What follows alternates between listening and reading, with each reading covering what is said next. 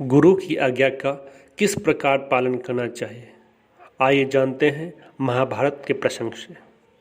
महाराज जन्मेजय के समय ही अयोध्या नाम से प्रसिद्ध एक महर्षि थे। उनके 3 शिष्य थे, उपमन्यु, आरुणि पंचाल तथा वेद। एक दिन उपाध्याय ने अपने एक शिष्य पंचाल देशवासी आरुणि को खेत पर भेजा और कहा, वत्स जाओ, खेत की टूटी हुई मेड़ बांध दो।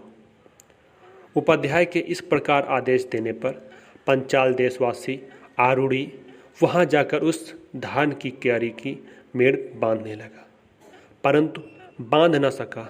मेड़ बांधने के प्रयत्न में ही परिश्रम करते करते उसे एक उपाय सूझा और वह मन ही मन बोल उठा, अच्छा ऐसा ही करूं।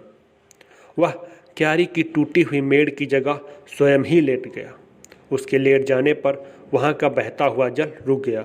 फिर कुछ काल के पश्चात उपाध्याय अयोध्या ने अपने शिष्यों से पूछा, पंचाल निवासी आरुणि कहाँ चला गया? शिष्यों ने उत्तर दिया, भगवान आप ही ने तो उसे यह कहकर भेजा था कि जाओ, क्यारी की टूटी हुई मेड़ बांध दो। शिष्यों के ऐसा कहने पर उपाध्याय ने उनसे कहा, तो चलो हम सब लोग वहीं चले जहां आरुणि गया है। वहां जाकर उपाध्याय ने उसे आने के लिए आवाज दी, पंचाल निवासी आरुणि कहाँ हो वत्स, यहाँ आओ। उपाध्याय का यह वचन सुनकर आरुणि पंचाल सहसा उस क्यारी की मेड़ से उठा और उपाध्याय के समीप आकर खड़ा हो गया। फिर उनसे विनय पूर्वक बोला, भगवान मैं यहाँ हूँ। क्यारी की टूटी हुई मेड़ से निकलते हुए अनिवार्य जल को रोकने के लिए मैं स्वयं ही यहाँ लेट गया था। इस समय आपकी आवाज़ सुनते ही सहसा उस मेड़ को ठीक करके आपके पास आ खड़ा हुआ हूँ। मैं आपके चरणों में प्रणाम करता हूँ। आप आज्ञा दीजिए, अब मैं कौन सा कार्य करूँ? आरुणि के ऐसा कहने पर उपाध्याय ने उत्तर दिया, तुम क्यारी की मेड़ को विदीर्ण अर्थात ठीक करके उठे हो, अतः इस उद्दलन कर्म के कारण तुम उद्दालक नाम से प्रसिद्ध होगे। ऐसा कहकर उपाध्याय ने आरुणि को अनुग्रहित किया। साथ ही में उपाध्याय ने यह भी कहा, तुमने मेरी आज्ञा का पालन किया है, इसलिए तुम कल्याण के भागी होगे। संपूर्ण वेद और समस्त धर्मशास्त्र तुम्हारी बुद्धि में स्वयं प्रकाशित हो जाएंगे। उपाध्याय के इस प्रकार आशीर्वाद देने पर आरुणि कृतकृत्य हो अपने देश को चला गया। उन्हीं महर्षि अयोध्या में उपाध्याय का उपमन्यु नामक दूसरा शिष्य था। उसे उपाध्याय ने आदेश दिया, वत्स उपमन्यु तुम गौओं की रक्षा करो। उपाध्याय की आज्ञा से उपमन्यु गौओं की रक्षा करने लगा। वह दिन भर गौओं की रक्षा में रहकर संध्या के समय गुरु जी के घर पर आता और उनके सामने खड़ा हो नमस्कार करता। उपाध्याय ने देखा उपमन्यु खूब मोटा ताजा हो रहा है। तब उन्होंने पूछा, बेटा उपमन्यु तुम कैसे जीविका चलाते हो जिससे तुम इतने हष्टपुष्ट हो रहे हो? उसने उपाध्याय से कहा, गुरुदेव मैं भिक्षा से जीवन निर्वाह करता हूँ। यह सुनकर उपाध्याय उपमन्यु से बोले, मुझे अर्पण किए बिना तुम्हें भिक्षा का अन्न अपने उपयोग में नहीं लाना चाहिए। उपमन्यु ने जो आज्ञा कहकर उनकी आज्ञा स्वीकार कर ली। अब वह भिक्षा लाकर उपाध्याय को अर्पण करने लगा। उपाध्याय उपमन्यु से सारी भिक्षा ले लेते थे। उपमन्यु उन्हें प्रणाम कर पूर्वतः गौओं की रक्षा करता रहा। वह दिन भर गौओं की रक्षा में रहता और संध्या के समय पुनः गुरु के घर पर आकर गुरु के सामने खड़ा हो नमस्कार करता था। उस दशा में भी उपमन्यु को पहले की तरह हष्टपुष्ट ही देखकर उपाध्याय ने पूछा, बेटा उपमन्यु तुम्हारी सारी भिक्षा तो मैं ले लेता हूँ, फिर तुम इस समय कैसे जीवन निर्वाह करते हो? उपाध्याय के ऐसा कहने पर उपमन्यु ने उत्तर दिया, भगवान पहले की लाई हुई भिक्षा मैं आपको अर्पित करके अपने लिए दूसरी भिक्षा लाता हूँ और उसी से अपनी जीविका चलाता हूँ। यह सुनकर उपाध्याय ने कहा, यह न्याययुक्त एवं श्रेष्ठ आदत नहीं है। तुम ऐसा करके दूसरे भिक्षाजीवी लोगों की जीविका में बाधा डालते हो, अतः लोभी हो तुम्हें दोबारा भिक्षा नहीं मांगनी चाहिए। उसने जो आज्ञा कहकर गुरु की आज्ञा मान ली और पहले की तरह गौओं की रक्षा करने लगा। एक दिन गाय चराकर वह फिर शाम को उपाध्याय के घर आया और उनके सामने खड़े होकर उसने नमस्कार किया। उपाध्याय ने उसे फिर भी मोटा ताजा ही देखकर पूछा, बेटा उपमन्यु, मैं तुम्हारी सारी भिक्षा ले लेता हूँ और अब तुम दोबारा भिक्षाटन भी नहीं करते, फिर भी इतने मोटे हो, आजकल कैसे खाना पीना चलाते हो? इस प्रकार पूछने पर उपमन्यु ने उपाध्याय को उत्तर दिया, भगवान, मैं इन गौओं के दूध से जीवन निर्वाह करता हूँ। यह सुनकर उपाध्याय ने उससे कहा, मैंने तुम्हें दूध पीने की आज्ञा नहीं दी है, अतः इन गौओं के दूध का उपयोग करना तुम्हारे लिए अनुचित है। उपमन्यु ने जो आज्ञा कहकर दूध न पीने की भी प्रतिज्ञा कर ली और पहले की तरह गोपालन करता रहा। एक दिन गोचारण के पश्चात वह पुनः अध्याय के घर आया और उनके सामने खड़े होकर उसने नमस्कार किया। उपाध्याय ने अब भी उसे हष्ट पुष्ट ही देखकर पूछा, बेटा उपमन्यु, तुम भिक्षा का अन्न नहीं खाते, दोबारा भिक्षा भी नहीं मांगते और गौओं का दूध भी नहीं पीते, फिर भी बहुत मोटे हो, इस समय कैसे निर्वाह करते हो? इस प्रकार पूछने पर उसने उपाध्याय को उत्तर दिया, भगवान, ये बछड़े अपनी माताओं के स्तनों का दूध पीते समय जो फेन उगल देते हैं उसी को पी लेता हूँ।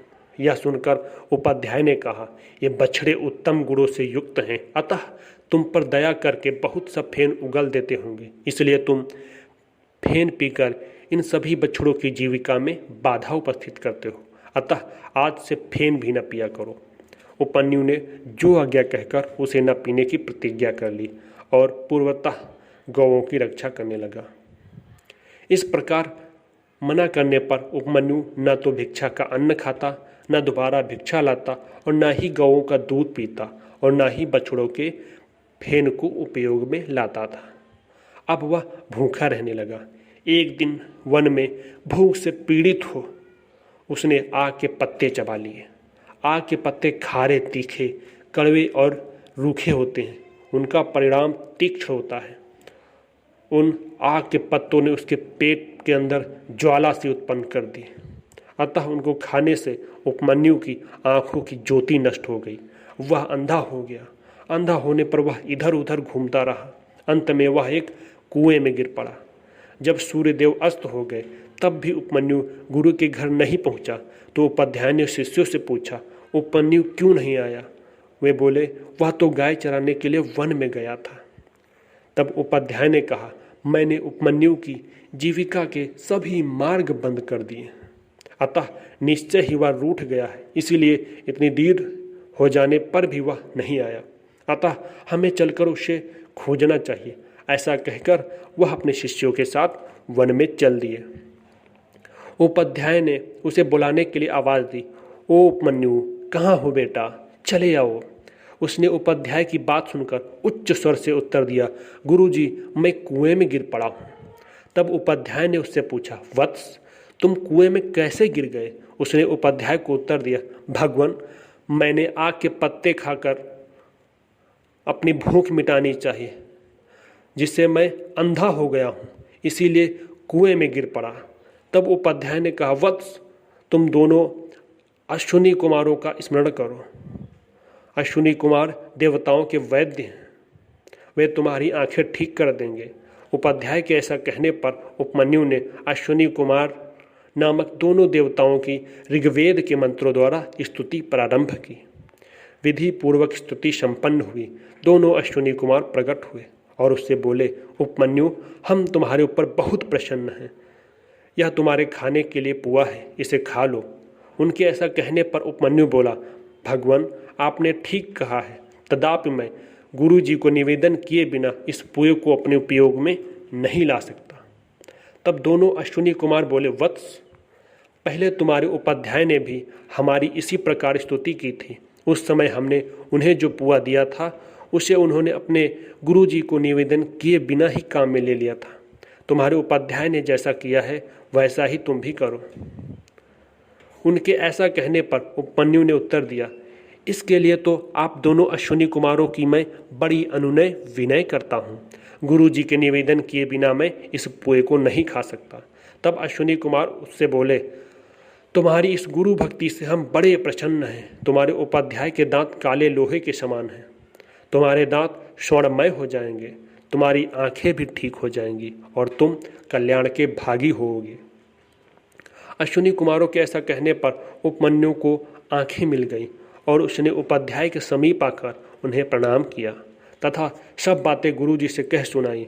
उपाध्याय उसके ऊपर बड़े प्रसन्न हुए और उससे बोले, जैसा अश्विनी कुमारों ने कहा है ठीक उसी प्रकार तुम कल्याण के भागी होगे। तुम्हारी बुद्धि में संपूर्ण वेद और सभी धर्मशास्त्र स्वतः ही उदित हो जाएंगे। इस प्रकार यह उपमन्यु की परीक्षा बताई गई। उन्हीं महर्षि अयोध्या के तीसरे शिष्य थे वेद। उन्हें उपाध्याय ने आज्ञा दी, वत्स वेद, तुम कुछ काल तक यहाँ मेरे घर में ही निवास करो। तुम सदा गृह कार्य में लगे रहना, इससे तुम्हारा कल्याण होगा। वेद जो आज्ञा कहकर गुरु के घर में रहने लगे। उन्होंने दीर्घ काल तक गुरु की सेवा की। गुरुजी उनसे बैलों की तरह सदा भारी बोझ ढोने में लगाए रखते थे और वेद सर्दी, गर्मी तथा भूख प्यास का कष्ट सहन करते हुए सभी अवस्थाओं में गुरु के अनुकूल ही रहते थे। इस प्रकार जब बहुत समय बीत गया तब गुरुजी उन पर पूर्णतः संतुष्ट हुए।